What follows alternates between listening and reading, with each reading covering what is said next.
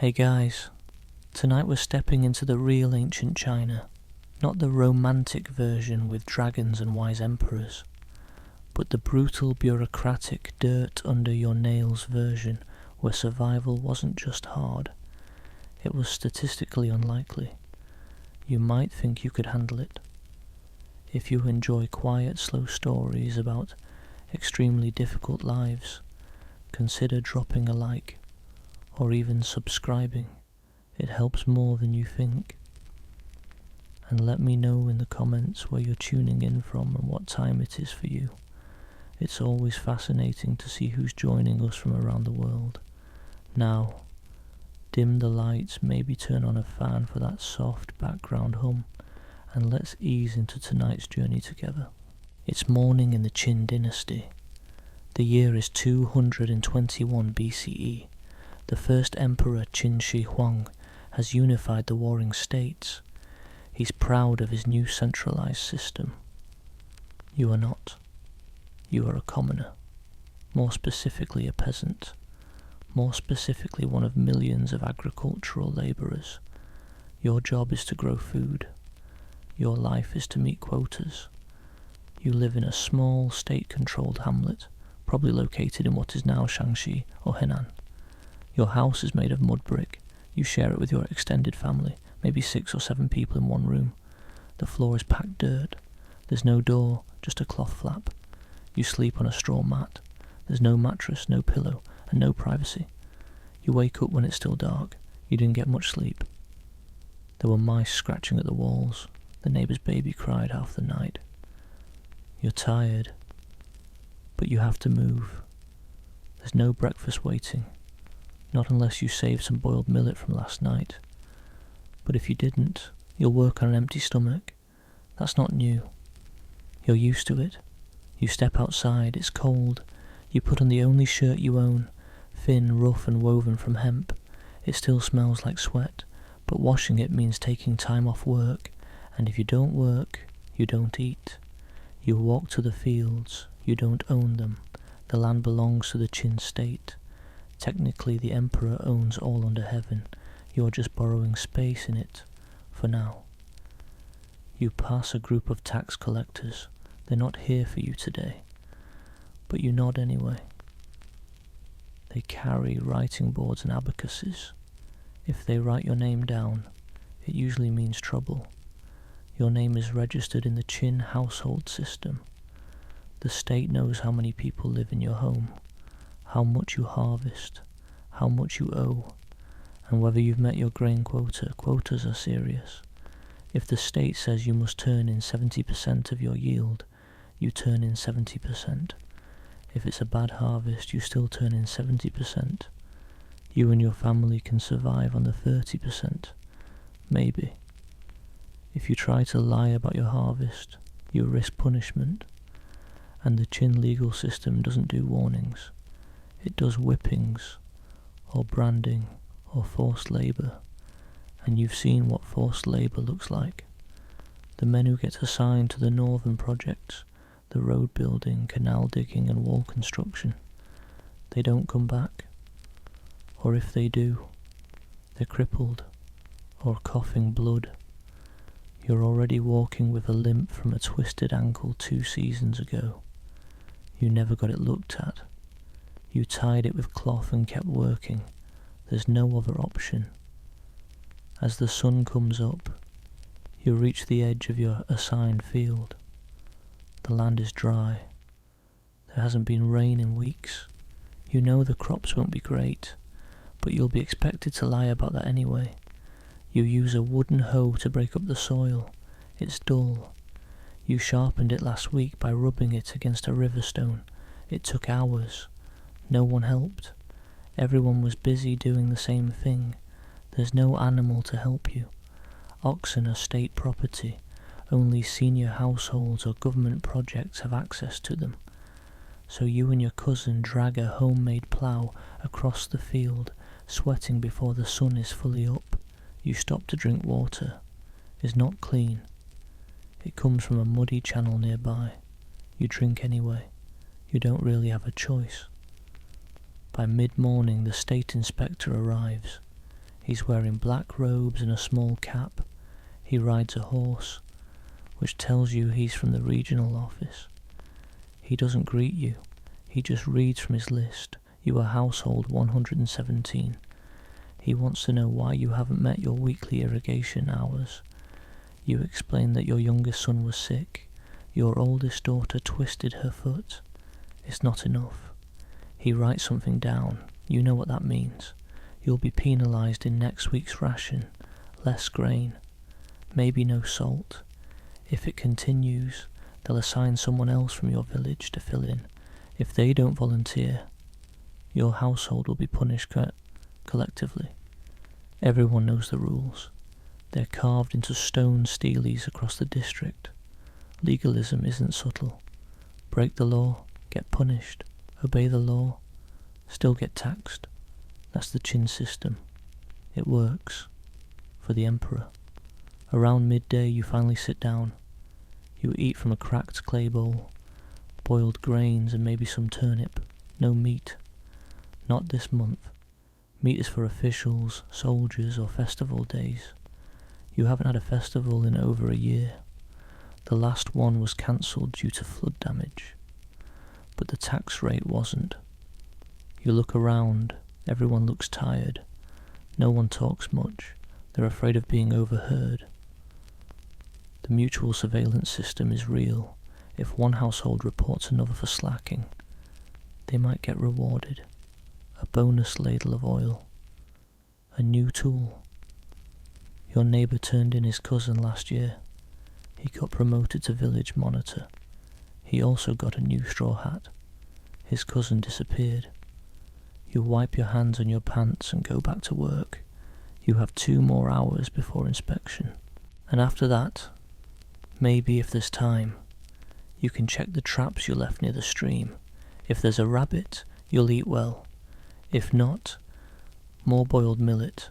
You tell your younger brother to keep his head down when the new patrol passes. He still doesn't understand why it's dangerous to ask questions, but you do. This is morning in the Qin Dynasty, not the whole day, just the first 6 hours. And already, you're hungry, inspected, and one mistake away from labour camp. But don't worry, the afternoon is coming, and it doesn't get easier. It's noon in the Qin Dynasty. You've been awake since before dawn. You've already worked through the early hours, filled your hands with dust to answer to an inspector, and survived your morning quota check. Now the sun is directly overhead. It burns down like a hammer. There's no shade in the field. There are no trees. Those were cut long ago for timber and visibility. No one wants to provide cover for thieves or rebels. You take a seat on a flat rock at the edge of the field. You unwrap a cloth from your waist, revealing what's left of your food. A handful of boiled millet, a few slivers of dried radish. No meat, no oil, no broth. You eat slowly, not because you're savouring it. There's no flavour to savour. You just want to stretch the experience, because this is it. There's no afternoon meal, no break scheduled later, no snacks, no tea. This is your lunch. Around you, other labourers do the same. Men with sunburned necks and cracked hands, women with bent backs and swollen feet. Children, if they're old enough to walk, already learning how to weed rows and carry water. No one talks much. Silence isn't a rule, but it's a habit. Too much talking can be seen as distraction. Distraction can be reported. Reports lead to investigation. In the Qin Dynasty, being noticed is rarely a good thing. You wipe your fingers on your tunic and glance toward the road. A local patrol is passing. 3 men in dark robes, armed with bamboo staves and short blades. One is riding a mule.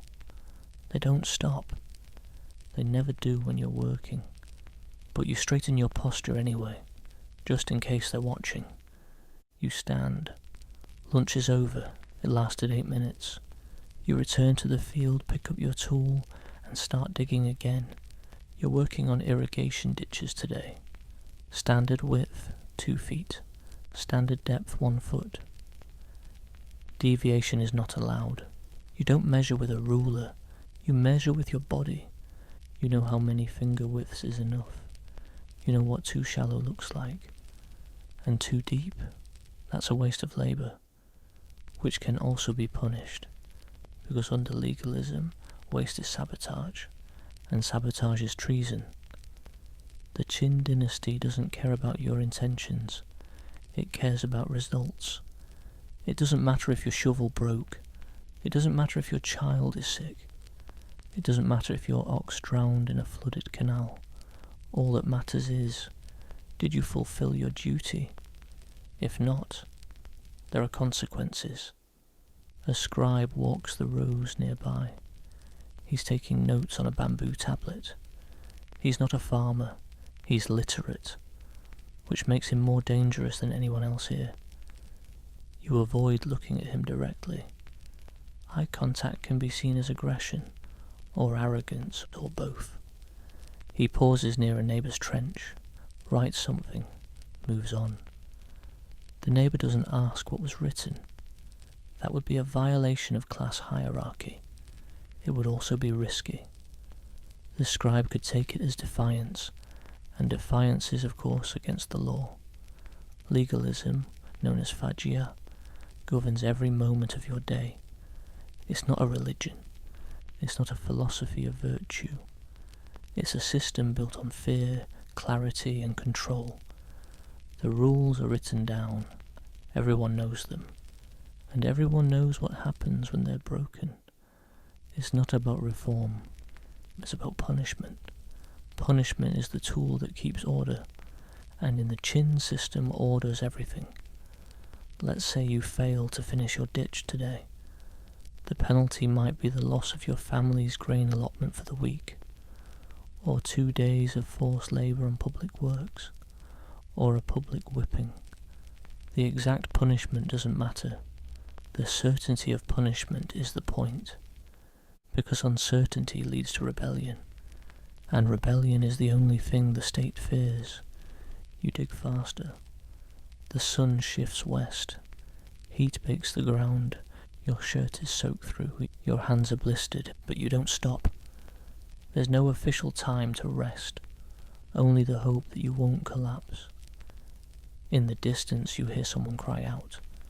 A boy has dropped his tool. His leg is cramped. He falls to the dirt, writhing. The overseer doesn't move. He watches. He waits. When the boy doesn't get up after a minute, the overseer walks over. He doesn't shout.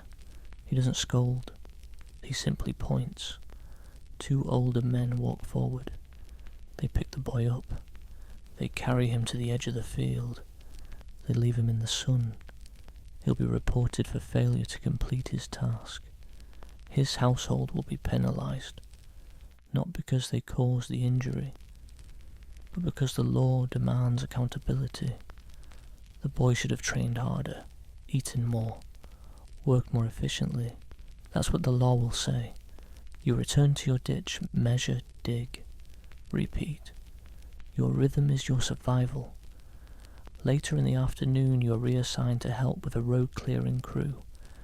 This isn't your usual task, but it's common in the Qin system to rotate duties. It ensures no one builds power, or comforts, or habits. You walk a mile to the edge of the village where a path has washed out in the last storm. You're handed a wooden rake and a pointed stick. No gloves and no boots and no pay. You start work. The dirt is packed with stones. There's mud dried like clay. You chip at it until your hands go numb. The road matters. It connects your hamlet to the prefecture depot. If grain deliveries are delayed because of a bad road, your region is fined. The magistrate is shamed. And someone is punished.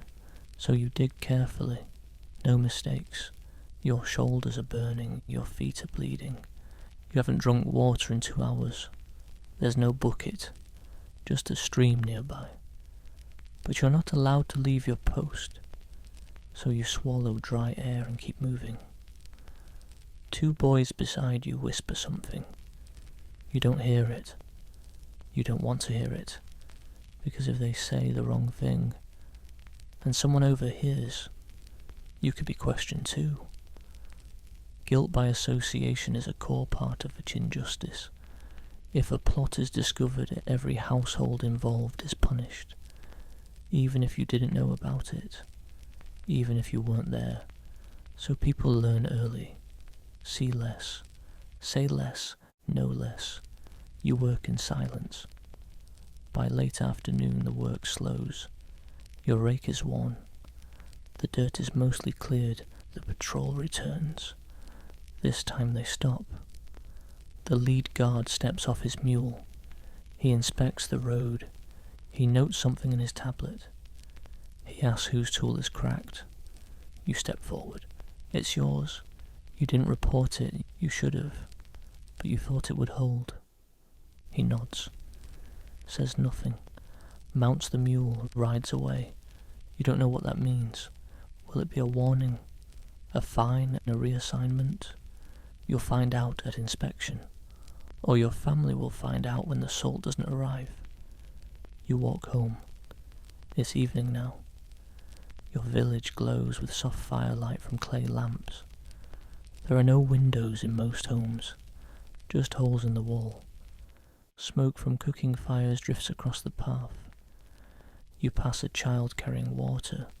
She's barefoot. She limps slightly. No one helps her.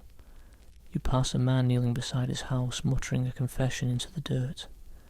He's rehearsing it. For court.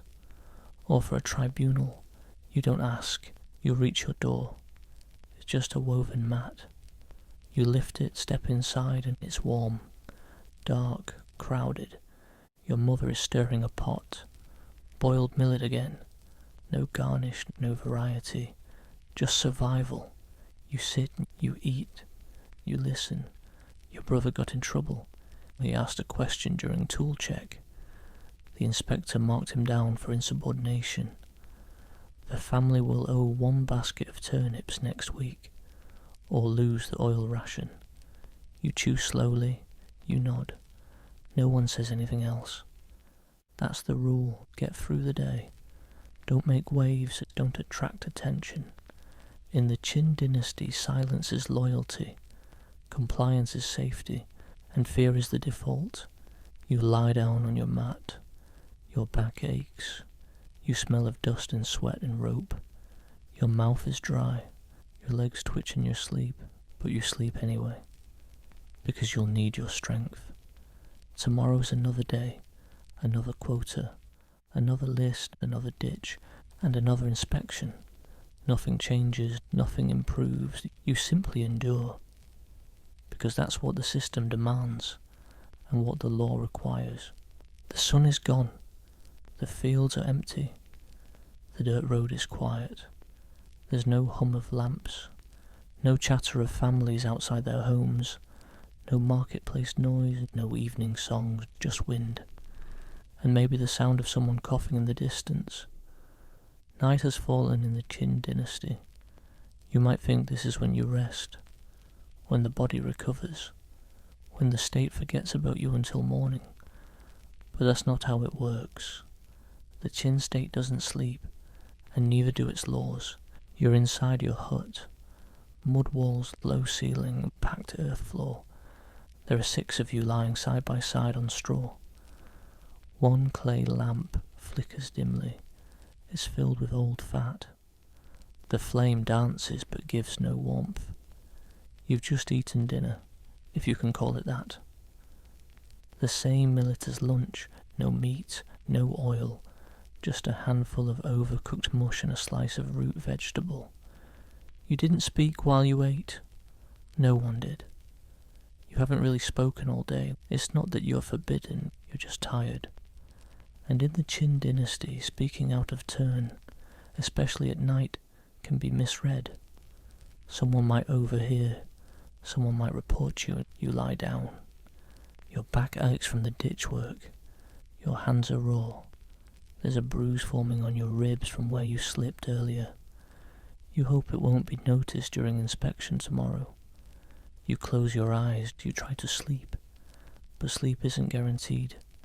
There are rules, even now.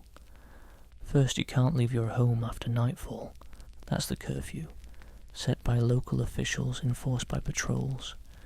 If you're caught outside your home after dark, without permission, without purpose, you can be arrested, charged with suspicious behaviour, or even intent to defect. Intent. That's the important word. You don't have to actually be guilty. You just have to look guilty.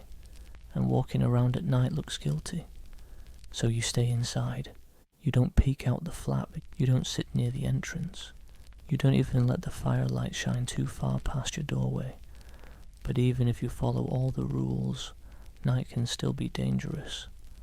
Because that's when the patrols make their rounds. Local watchmen, state enforcers, village informants. They walk in pairs usually, sometimes with a dog, sometimes with a lantern, sometimes with a scroll of names to check. They listen for noise. They check houses for unusual activity. They question people, they write things down, and if they knock on your door, you answer immediately. You don't pause it, you don't delay. You rise, kneel, and keep your hands visible. You speak only when spoken to, because if they think you're hiding something, they can bring you in, and you don't want to be brought in. There's no such thing as innocent until proven guilty. There's just, you've been noticed. You hear footsteps outside and it's distant, then closer, then gone. Your eyes stay open even though your body begs for rest. One of your brothers mumbles in his sleep. You nudge him, quietly. It's nothing, but it could be something. Everything can be something. Eventually you doze off, but you dream in pieces. A pile of stones collapsing, a cart breaking down, a hand reaching for a bamboo tally. You wake up sometime later. It's still dark, your mouth is dry. You think about getting water. There's a jug just outside the door. You stare at the flap, you think twice. You roll over and go back to sleep thirsty. In the middle of the night there's a sound, a knock.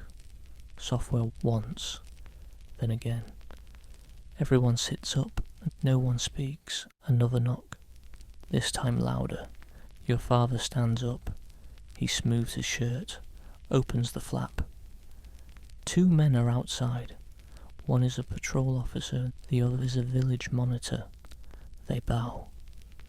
Your father bows lower. They've come to ask about your neighbour, the one 2 houses down. Apparently, he didn't report for duty this morning. No one knows where he went. The officers ask if you heard anything. Your father says no. They ask again. He repeats the answer. They make a mark on their scroll, thank him, and leave. You all sit in silence for another hour, just in case they come back. No one lies back down. Eventually someone lights a second lamp. You don't ask questions. You don't talk about the neighbour, because he's gone now. And no one knows if he's in jail, dead, or on a work team in the mountains. You stay quiet, just like everyone else. Later that night the fire dies out. You don't relight it. There's no more fat, no more scraps. The room is dark. Someone starts coughing again. You pull a cloth over your head to muffle the sound, and wait for dawn. In theory, night should be peaceful. The day is over, work has stopped, food has been eaten. But in the Qin Dynasty the fear doesn't turn off with the sun. It deepens, because there are no rights to protect you. No privacy laws, no boundaries. Everything you say, everything you do, everything you don't do, it can all be judged. So night is less about sleep, and more about survival in stillness. You close your eyes again.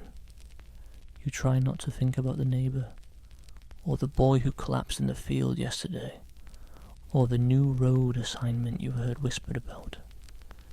You focus on breathing slowly, evenly, quietly. That's the only thing you control. Somewhere near dawn, the patrol passes one more time. You hear the click of wooden sandals on dirt, a voice calling names from a scroll. No answer, just silence.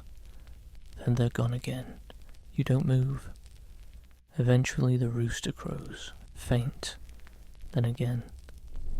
The sky begins to change colour grey, then pale yellow, and with it, another day begins.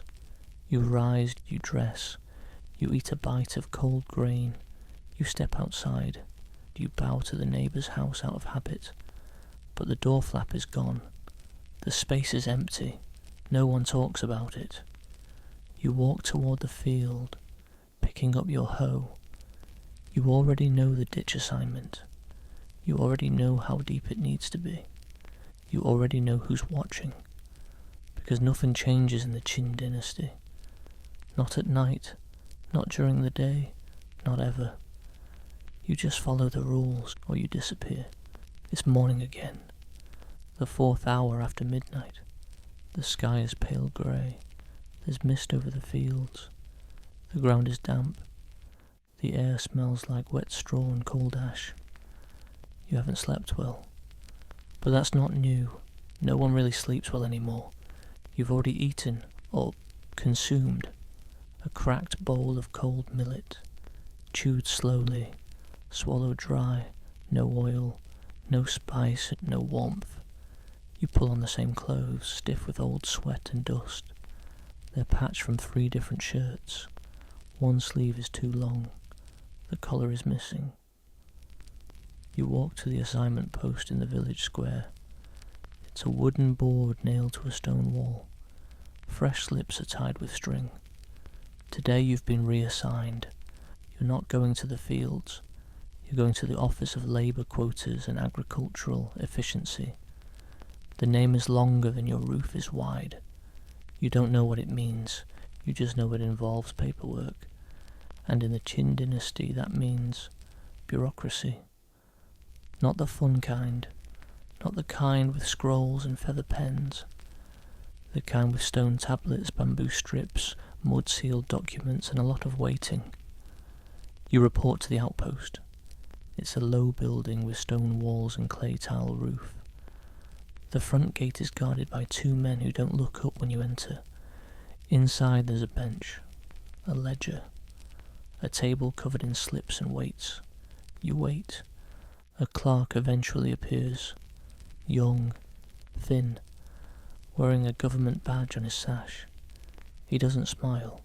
He says your name, mispronounces it. You bow anyway. He says you've been chosen for temporary clerical assistance because your handwriting is passable, because you're not currently under penalty, and because 2 scribes were conscripted to a wall project last week. So you're next. You are taken to the back of the office. It smells like old reed matting and vinegar ink. Scrolls hang from nails. Crates of tally slips are piled waist high. You are told to copy numbers, 1 row at a time, from one board to another, exactly. You don't ask questions. The numbers are grain counts, tax amounts, tool usage rates, irrigation labour breakdowns. You realise this is how they track everything. Not just harvests, not just quotas, but people. You see names, rows of them, household numbers, daily output, penalty records. You see your neighbour's name. He was marked incomplete 6 days ago. You see the boy who collapsed last week. He's listed as temporary reassignment, which probably means forced labour. Then you see your name. Household 117. Marked stable, marginal. It's not good, but it's not bad. Just enough to avoid being reassigned. For now. You work all morning. The clerk checks your copies. He makes corrections with red ink. He says nothing. Your hand cramps from writing with a thin bamboo stylus. Your eyes sting from the dim light, but you keep going. because at least you're not outside in the ditch. For today, at midday you're given a boiled egg. You haven't seen an egg in weeks. It's cold, but the yolk is firm. You don't complain. You eat it slowly, savour the texture. Think about your sister. She likes eggs. You consider saving half for her, then you finish it. After lunch you're assigned to copying legal codes. It's not punishment, just rotation. You're handed a scroll of the Qin statutes. You don't need to understand them. You just need to copy them. But you read anyway, because the words are sharp and cold and very clear. No person shall withhold labour from their household when assigned to state duty. Failure to meet quota shall be punished by reduction in rations. If a family member conceals another's failure, all members shall receive equal penalty. Repeating offences results in branding. Third offences may result in execution. There are no soft laws. There are no grey areas. Everything is listed. Punishments are ranked, fixed, efficient. The idea is simple. Obedience creates order. Order creates strength. Strength creates peace. Or at least, survival. You copy these laws all afternoon. Your fingers go numb. By evening you've completed 3 ledgers and 20 strips. You hand them in. The clerk checks them.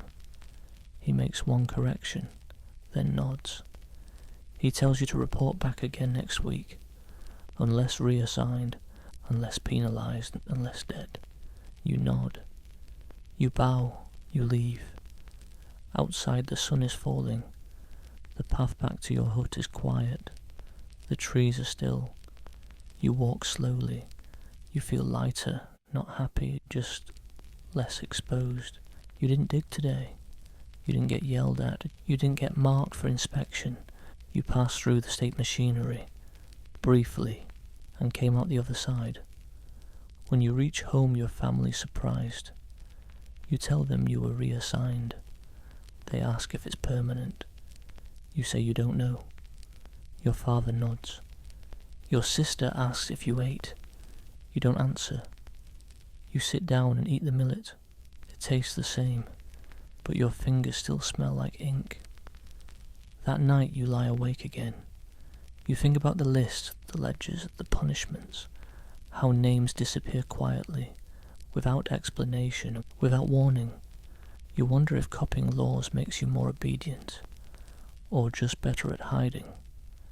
In the Qin Dynasty, bureaucracy never sleeps. The fields may go quiet, the patrols may fade, but the records continue. They grow, they watch, and somewhere in a dusty office, your name sits in ink, waiting to be noticed. It's been 3 days. You're back in the field. The clerical assignment was temporary, like everything good. You didn't ask why you were sent back. No one explained. You didn't complain.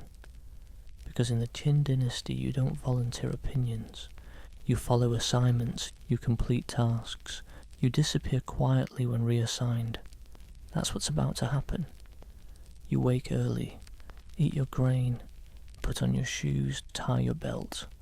Same as always. But when you reach the square, you notice something new.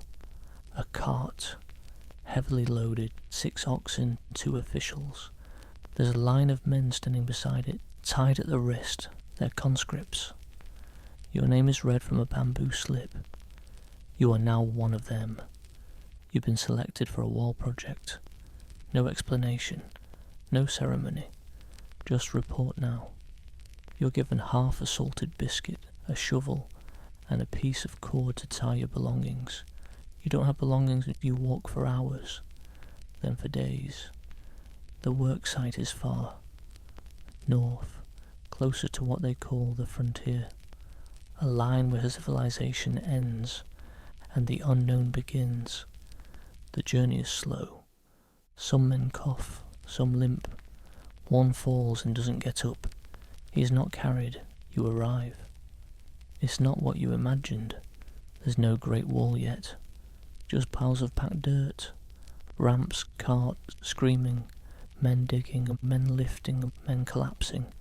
You're told the wall is defensive infrastructure, to protect from northern tribes, to demonstrate imperial strength. But no one here is protected, and strength is a rumour. You are assigned to a digging crew. There are 4 of you. One carries water, one moves stone, one levels the trench you dig. Your hands blister immediately. The soil is hard, mixed with gravel and dried clay. The wind is constant, cold, cuts through your shirt, fills your eyes with dust. You do not ask for gloves. You do not ask for anything. Your meals are worse than home. A ladle of old rice, sometimes with sand in it. You sleep in a hole dug beside the wall. No mat, no blanket, just dirt and your own body heat. There's a man next to you who hasn't spoken since you arrived. You don't know his name, but he snores loudly. You don't wake him. The work begins at sunrise. There's no end time. You stop when the supervisor blows a horn, not before. The wall grows slowly. It's not a solid brick fortress. It's rammed earth, layered, pressed down, built by hand, foot and weight. You stamp dirt until your calves seize. Then you switch places. Then you lift rocks. The wall is a graveyard for men like you, but not officially. Officially it's a military project, an act of national glory. Unofficially it's where you send people you don't want to feed anymore. One night, a man runs. He leaves after second inspection, takes no food, just disappears into the Black Hills. The next day the rest of his crew is beaten, not because they helped, but because they didn't stop him. The punishment is collective. You watch a man's ear get cut off, then you return to work. No one mentions it again. You last 11 days before your back gives out. You collapse while dragging a cart. The others keep moving, they don't stop. Someone whistles, you're pulled off the road and you expect to be beaten. But instead you're reassigned to corpse duty. You now collect bodies every evening after inspection. You and 2 others walk the trench. You carry rope, a board and a shovel. You find the bodies in ditches under carts by the latrine. Some died from exhaustion, some from sickness, one from slipping off the ramp. You don't ask their names. You record their household number if the tag is still tied on. Then you carry them to the burn pit. You cover them with dry reeds. You light the fire. You leave. You're given extra rations for this job. A spoonful of beans every 3rd day. You're also told to report any unusual corpses. You're not told what that means, but you understand. If someone is found with injuries inconsistent with labour, they get investigated. If the investigation fails, their crew gets punished. If the crew lies, the punishment expands to the whole region. The logic is clean and terrifying. You work this job for 6 more days, then your hand becomes infected. The burn pit is full of flies. You scratched your wrist near the edge. Now it's swollen. Pus leaks through the bandage. You don't tell anyone, because if you report illness you'll be removed, and removal has no fixed meaning. Sometimes it means rest, sometimes reassignment, sometimes it means nothing, just disappearance. You try to hide your hand, wrap it tighter, work slower, but eventually someone notices. The supervisor says nothing, just writes your name on a tablet. That night you're taken from the trench, led to a cart, placed on straw. No one tells you where you're going. The cart moves for hours. At dawn you arrive at a small outpost. There's no wall here, just a tent, a pit, a clerk. You're asked your name, household number, work assignment. You answer carefully. Then you're told to sit. You wait all day. At sunset you're told to leave. No explanation, no medical care, no food. You're given a new slip. Relieved labour surplus. That's it. You walk back south alone. You walk for 3 days, and then you find a caravan. They offer to let you walk behind their oxen. You accept. They're transporting millet and salt. State cargo. You ride quietly. Say nothing. Keep your arm hidden. Eventually you arrive near your old village. You don't go home, because you don't know what the state thinks you are now. If you were reassigned, then showing up without an order could be a violation. If you were discharged, then you're legally rootless. Rootless people are often arrested or forced into militia. So you wait outside the district. You beg. You work when someone lets you. You live in the reeds. A week later a patrol finds you. They ask for your labour slip. You give it. They say nothing. Then they burn it. You are now unregistered, which makes you invisible, which makes you illegal. You are taken back to the outpost. Your name is re-entered. You are reassigned to ditch inspection duty. And the cycle begins again. The Great Wall wasn't built for you. It was built on you. And people like you, and hundreds of thousands of others who carried bricks, dirt and stone until they vanished from the records. The wall still stands, but your name is gone. And the empire rolls on. You're back. Back in the village, back in the system. You were marked restored to labour, which means the state remembers you exist. You're lucky. Some don't get restored. They disappear, not because they escaped, but because the bureaucracy misplaced them, which is worse. Today your assignment is different. You're not digging, not copying, not cooking, you're observing. Judicial observation, that's what it's called. The state needs witnesses, public ones, and you were chosen. Again, not for your wisdom, just because you were nearby when the official arrived. You stand in the village square, alongside 30 others. A bell is rung, a scribe unrolls a scroll. This is how public sentencing begins. You are told to stand in rows. You are told not to speak. You are told not to move. The accused are brought forward. There are 5 of them, all from nearby villages, tied at the wrists, head shaved, eyes down. The charges are read out loud. Theft of state grain, lying on a tax ledger, failure to report a broken plough, fleeing a work site, concealment of a relative's illness. That last one surprises you. But then again, the law is very clear. A sick person is less productive. If they are not reported, the tax expectation is inaccurate, which corrupts the system. Inaccuracies are sabotage. Sabotage is treason. So yes, illness is a punishable offence.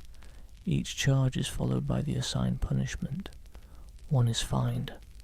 1 is sentenced to road repair. 2 are branded with ink on the forehead. 1 is sentenced to penal labour in the north.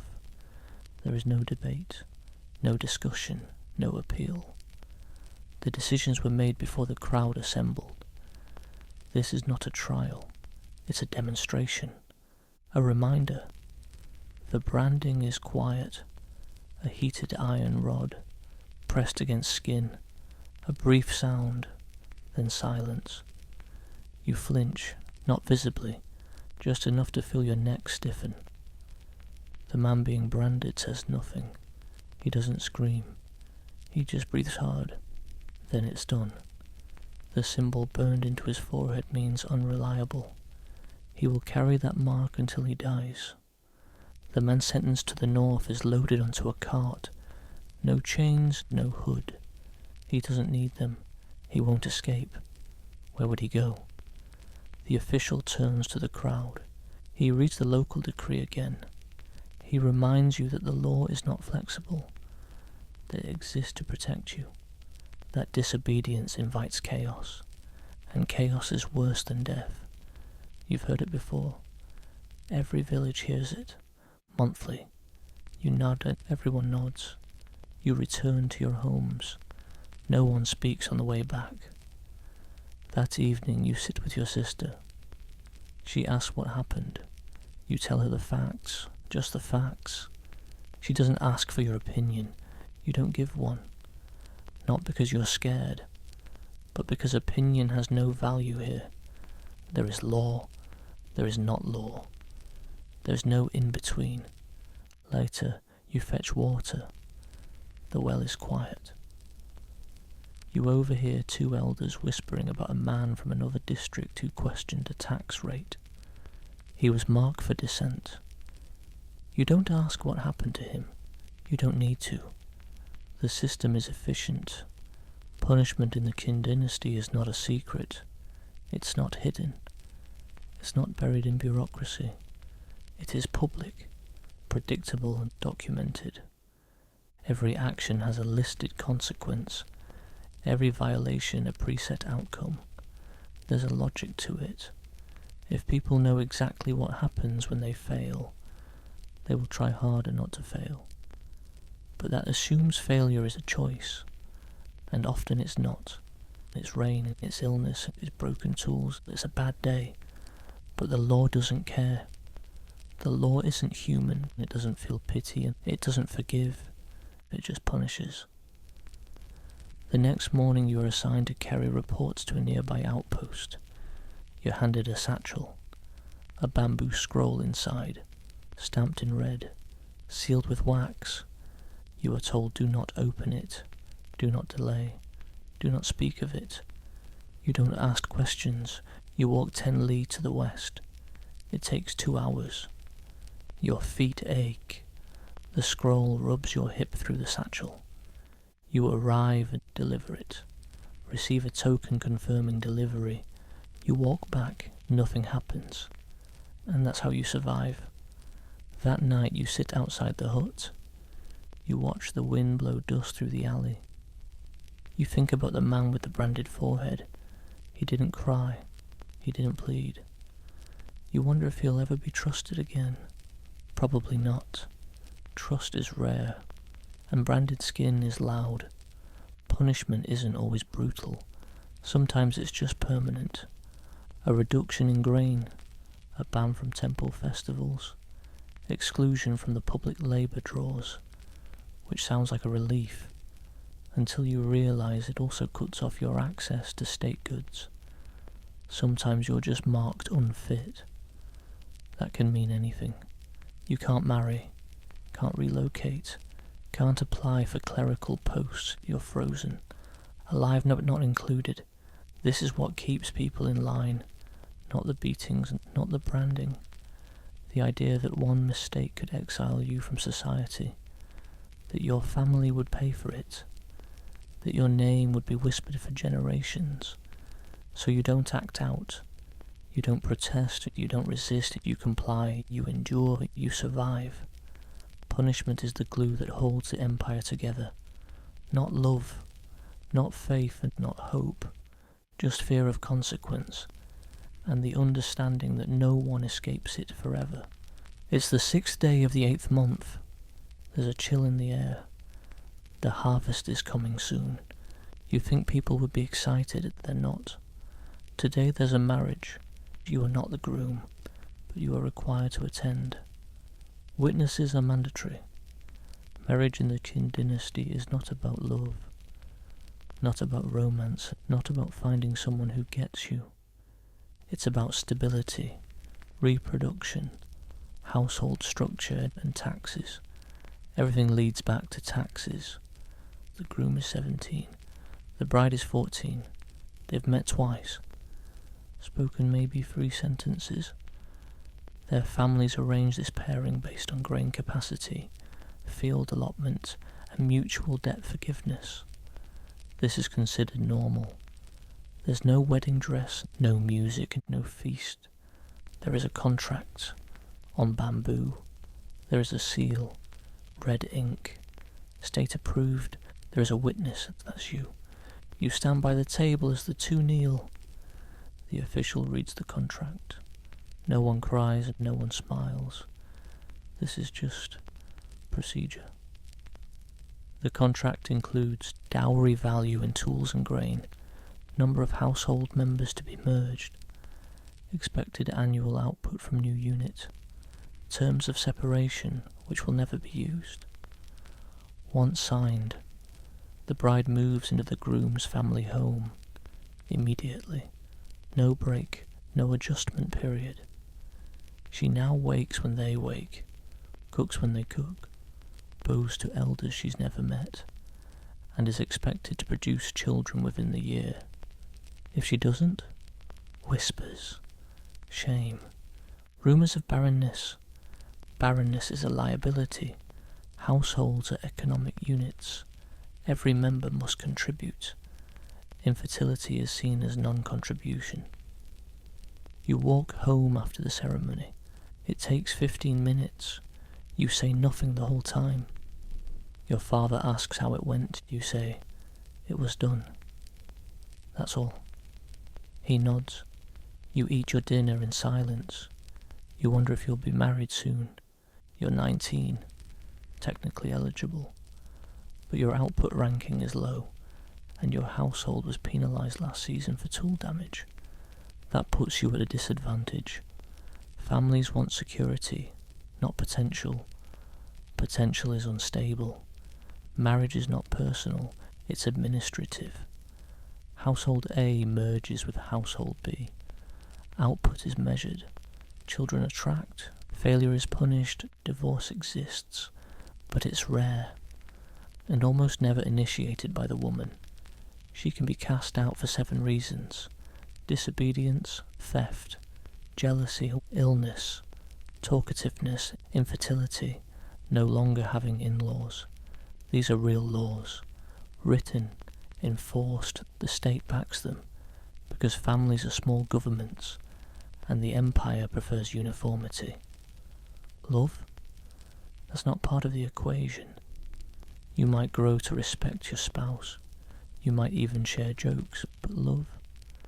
Love doesn't show up on a tax slip, so it's not required. A week later, the bride from the earlier ceremony walks past you in the village path. She doesn't look up. She's carrying a water jar. It's heavy. You offer to help. She shakes her head, keeps walking. You realise she's already been trained, and don't talk, don't linger, don't trust. Smart. That evening your name appears on the board. You've been selected for pairing consideration. This means you're being evaluated as a potential husband. A clerk will review your work record, household performance and behavioural record. Your mother is hopeful. Your brother is jealous. Your father says, "Don't ruin it." No pressure. 2 days later, a village matchmaker visits. She's small, sharp-eyed, carries a scroll. She asks 3 questions. Can you cook? Can you lift grain without pain? Do you talk in your sleep? You answer yes, yes, no. She nods, says nothing, leaves. You are told to wait. So you wait. Every day you check the post, nothing. Then one day your name is gone from the list. No explanation, just removed. You weren't chosen. You ask your father why. He says they probably found someone stronger. That's the end of the conversation. Rejection doesn't hurt. It just reminds you what this is. You are a number, a tool, an entry on a slate. Marriage is just another transaction. And you weren't profitable enough. A month later, you hear that the matchmaker paired your potential bride with the son of a cartwright. He's 22, has his own ox. That explains it. You continue your labour. Your hands are rough. Your back aches. Your rations shrink slightly this season. You are reclassified as low-yield household, which means marriage is unlikely this year. Maybe next, maybe never. You begin to notice more things. The young bride in your village limps slightly. The groom hasn't been seen in a week. The matchmaker has a new scroll. A widow down the path has been reassigned to kitchen duty. Life moves on, administratively, efficiently, without grace. You help build a fence for a neighbour. He has 2 wives. You ask how. He says contribution ranking. You nod. You go back to hammering poles into the dirt. That night your sister asks if you're sad. You say, why? She shrugs. You both laugh, quietly, then go to sleep. In the Qin Dynasty, marriage isn't a milestone. It's a state-approved merger. 2 names, 1 line on the ledger, more mouths to count, more backs to tax. No one asks if you're happy, only whether you are functioning. It's the 9th day of the 10th month. Not that it matters. Once this day meant something. A spirit-welcoming day. Ancestor altars were cleaned. Offerings were left under trees. Smoke curled from incense bowls in quiet corners. But not anymore. Now it's just another work day. Another date on a state calendar. The Qin do not ban religion. They regulate it, which is worse. You wake up early. Wash your hands with cold water. Your breath hangs in the air. Your hut smells like straw, dirt, and old ashes. You eat quietly, a handful of millet. Leftover greens boil too long. There's no ceremony to the morning, just duty. You pass the old shrine on your way to the fields. It used to hold a river god. A stone figurine, head like a fish, body like a turtle. It watched over the canal, kept the banks from flooding, so people believed. Now it's empty. The statue removed, a government notice nailed to the wood. The shrine is property of the state. Unauthorized offerings are subject to penalty. Infractions to be reported to district clerks. You pause. Not long. Just enough to remember what it used to look like. Then you walk on. A neighbour whispers that someone left a bundle of herbs at a tree stump last week. 3 days later, a field agent visited their house. Nothing happened. But the message was clear. Even silence speaks. In ancient China, belief was woven into the soil. Every crack in the wall had meaning. Every creak in the floorboards was a spirit. Every illness a message from ancestors. Now, illness is labour interruption, and spirits don't meet quota. You remember your grandmother. She kept a jar of river stones under the bed. Spirit markers, she said. 1 for each child who died. She had 8. She believed they whispered to her in dreams.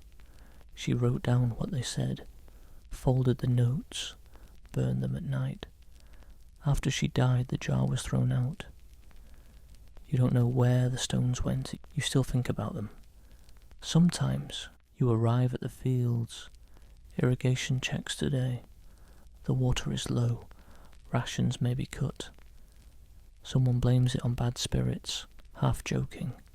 You all laugh, but not loudly. The state doesn't believe in spirits, but it does believe in lists.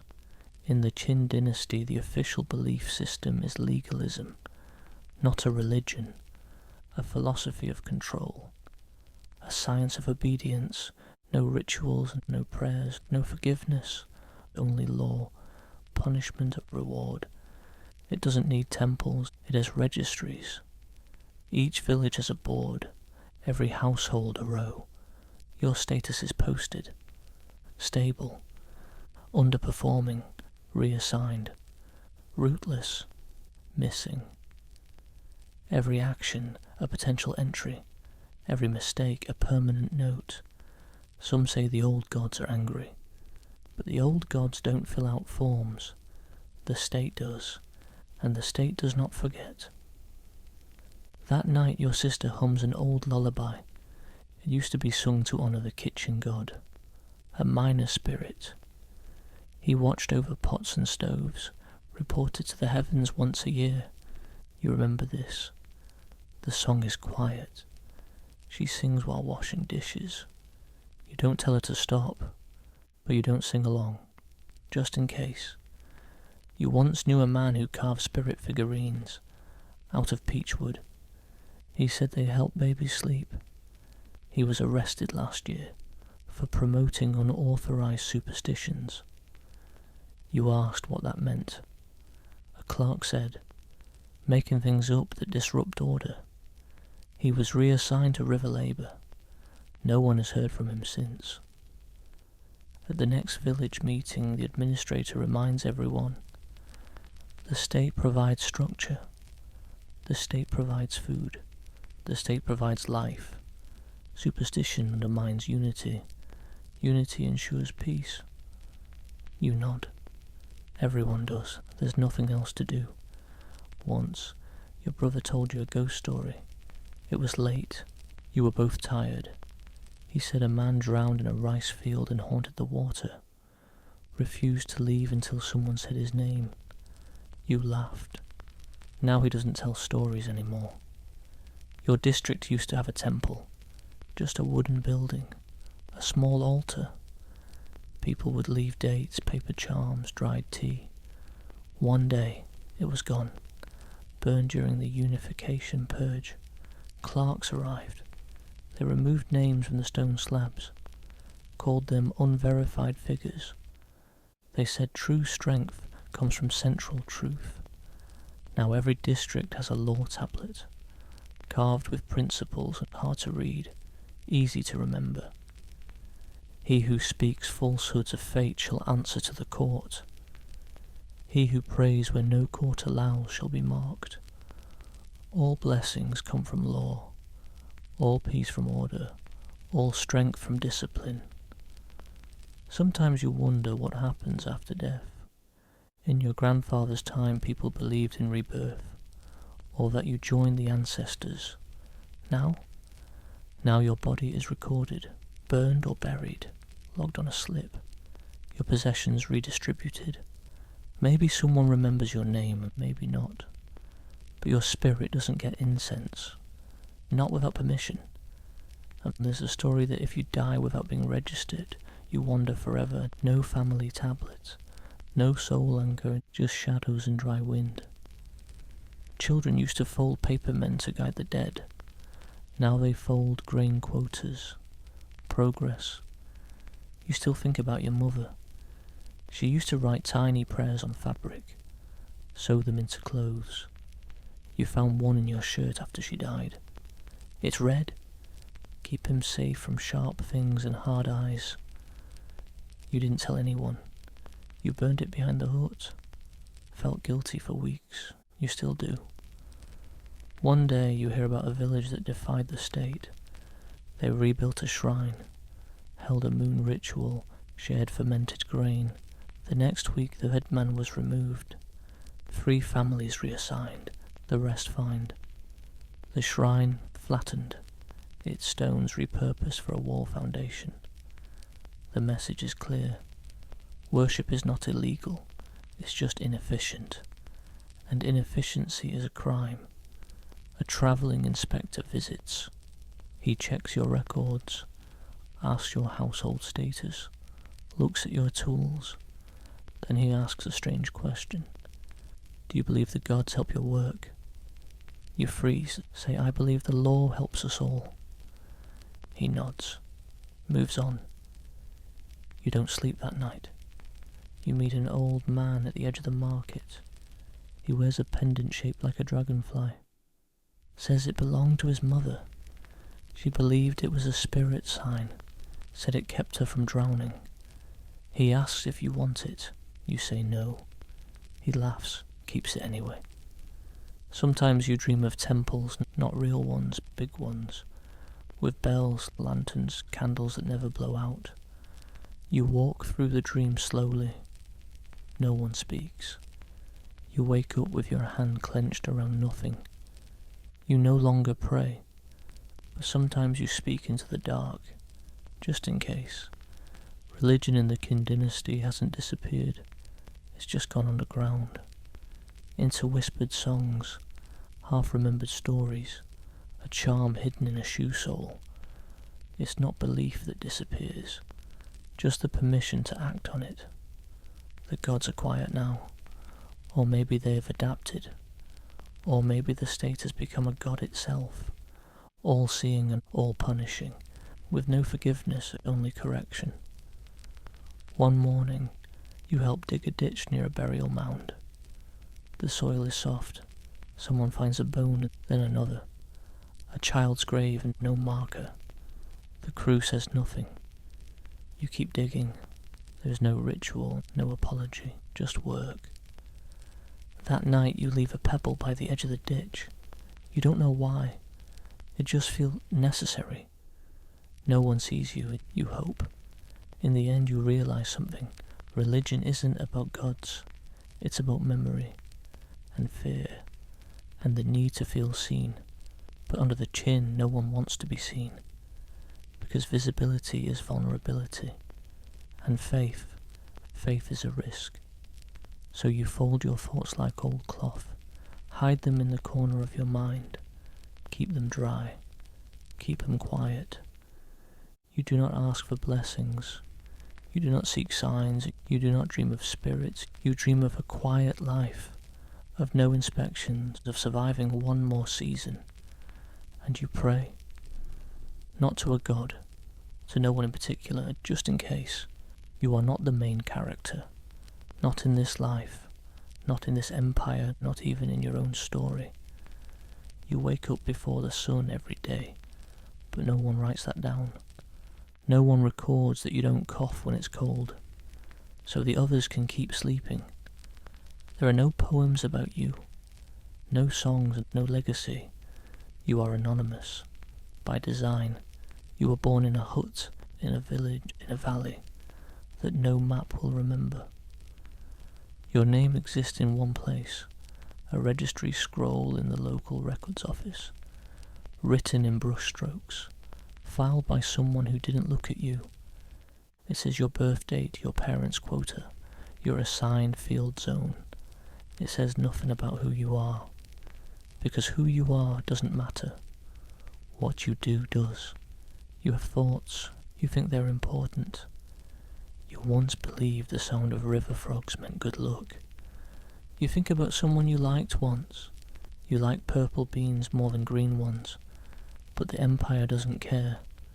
You're a unit, a component of the system. You harvest grain. You build things you do not question. You do not dream. Not out loud. You used to play games when you were a child. You'd carve lines in the dirt. Pretend the stones were soldiers or kings or ghosts. Your father saw you once. He didn't speak, just handed you a tool. You never played again. You've forgotten most of the rules anyway.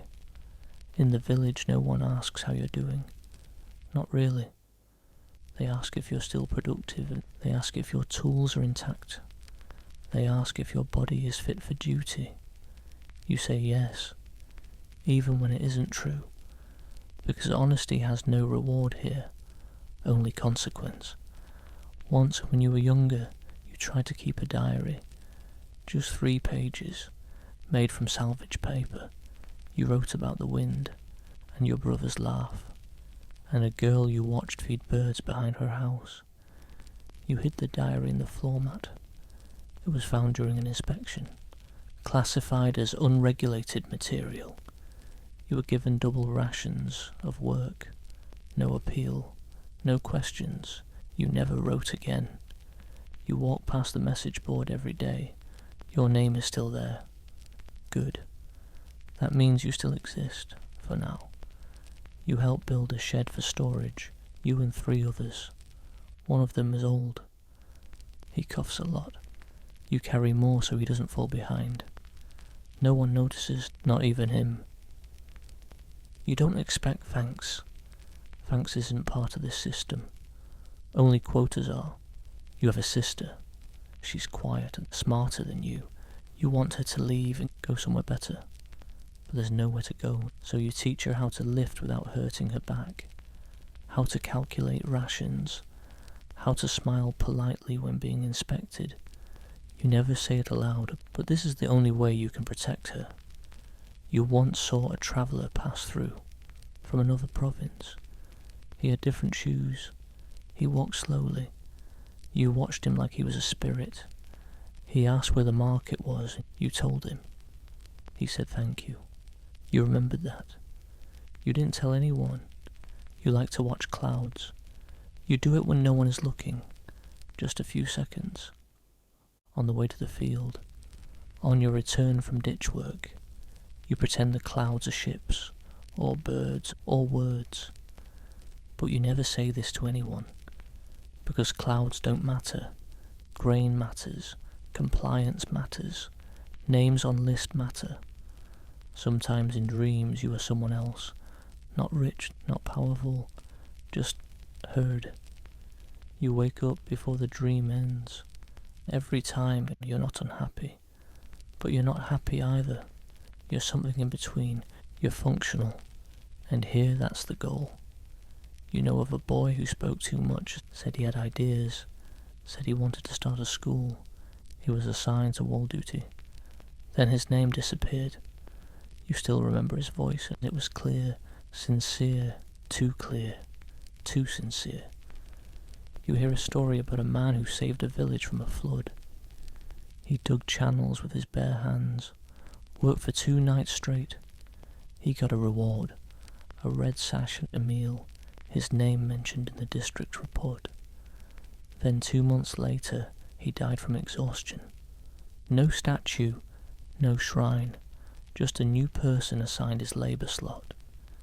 You have calluses on your hands, a pain in your back that doesn't go away, a tooth that aches when it rains. You work anyway. There's no option. If you rest, your family pays. If you falter, you are replaced. And you are not irreplaceable. You see a dog follow a child in the village. The child feeds it a grain scrap. The dog wags its tail. The child laughs. You watch them walk down the path. You don't remember the last time you laughed like that. Maybe when you were 5. Maybe never. You help patch a neighbour's roof. She lost her husband last season. She offers you boiled yam. You eat it in silence. You feel full for once. You don't write about it. You don't talk about it. You just remember it. For yourself.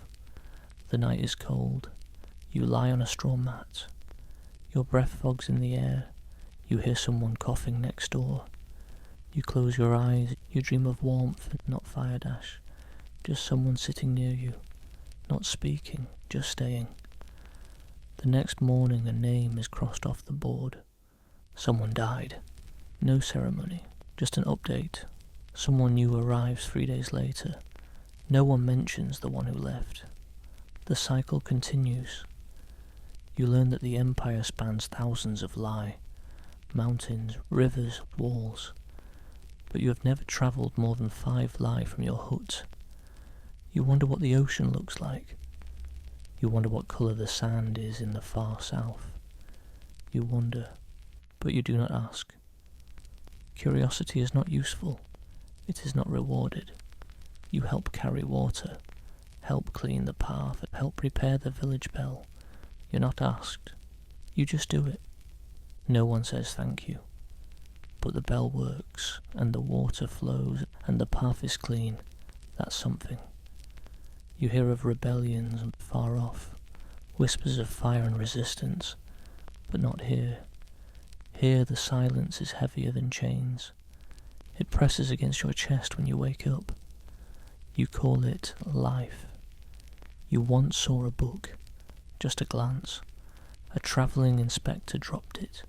It had pictures, words you couldn't read. You stared at it. He noticed, told you to keep walking, you did. But your mind kept turning pages, even without the book. You have scars, from tools, from frost, from a slip on a hillside. Each one tells a story, but no one will hear them. That's not what stories are for here.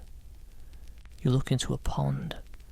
You see your face, it's thinner than you remember, older, hard, but the eyes are still yours, and they still blink back. You nod at yourself, just once, then get back to work. You are not the main character. You are not special. You are not chosen. You are not destined for more, but you are here. You wake, you walk, you live, you breathe. And in this world, in this system, that is everything. That is survival. And for now, that is enough. You don't know it's your last day. No one ever does. There is no trumpet, no heavenly sign, no sudden vision in the sky. Just a cough, a heaviness behind your ribs, an ache that won't leave, a stiffness in the morning that doesn't go away by noon. You wake up like always. Roll to your side and stretch your back. Listen to the muted sounds of others outside. A goat bleating, rice water boiling, the soft thud of footsteps over dry earth. Life continuing. Your millet is cold this morning, left over from last night. You eat it without thinking. The grains catch in your throat. You try not to cough.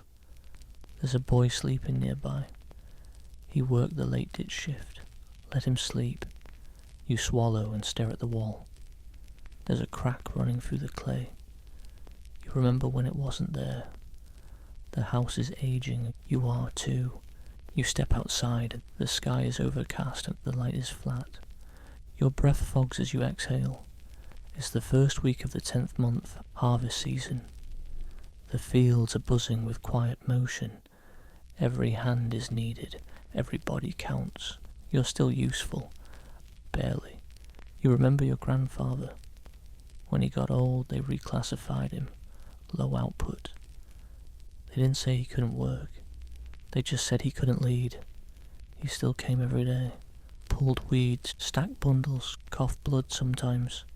He died sitting upright, one hand on a plough. You helped carry him, wrapped in linen, no ceremony. Buried outside the southern plot, near the irrigation canal. No marker, just a flat rock. No one speaks of him now, except you. Silently, in your head, you wonder, how will they remember you? Will they remember you? In the Qin Dynasty, death is not personal.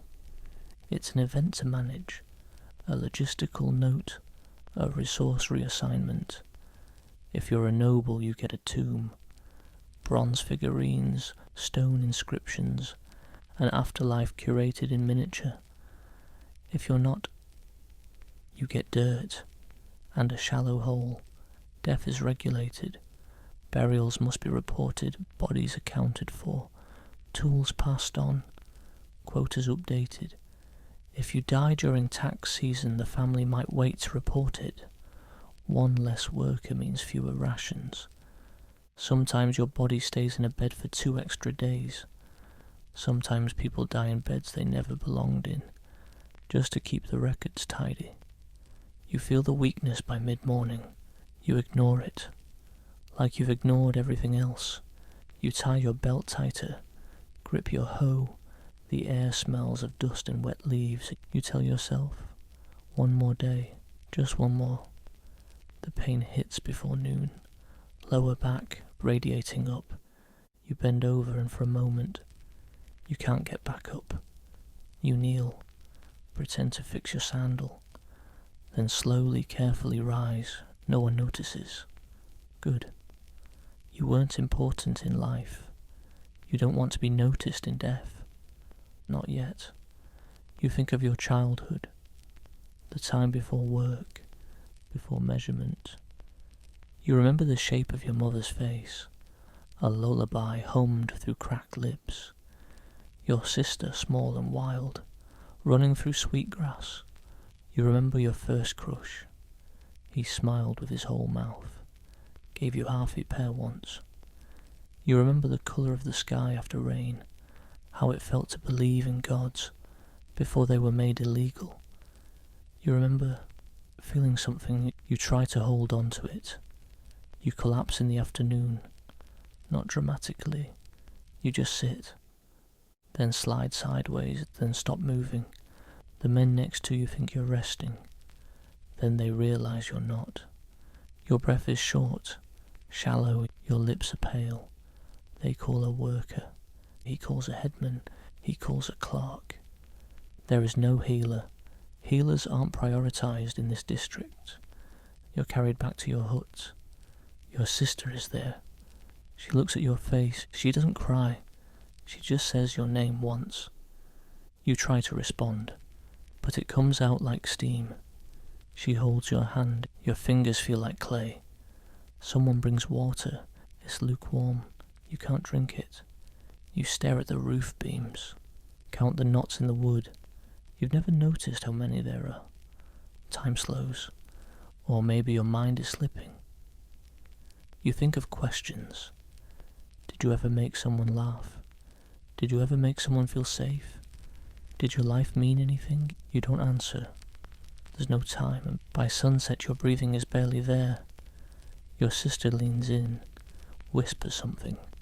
You don't hear the words, but you feel them. You remember a kitchen god, a folk tale, a carved bird on a walking stick. The old world trying to surface, even now. And then, you're gone. There is no trumpet, no sound, just silence. And a very long breath that never comes back. Your body is prepared the next morning, not with ceremony, with linen and twine. Your tools are reassigned, your rations recalculated. Your name is marked on a scroll. The characters inked neatly. Labourer, male, route line 6, deceased October. No cause of death and no final words, no legacy, just a checkbox, marked.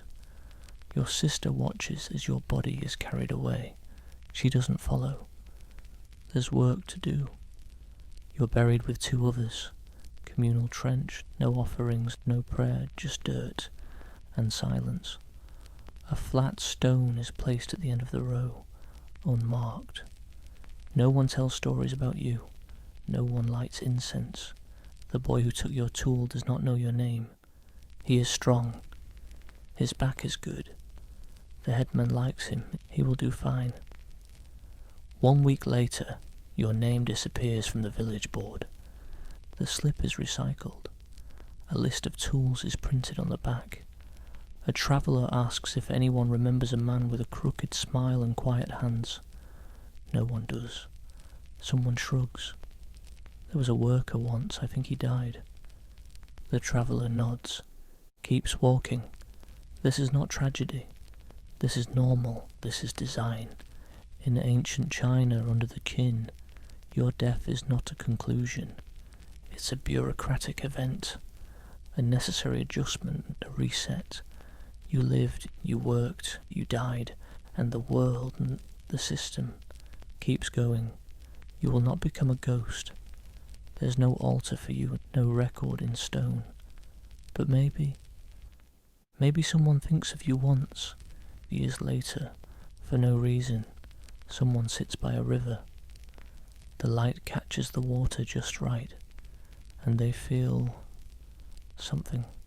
Not quite a memory, not quite a name, just a shape and a breath, a presence, and maybe, just maybe, that's enough.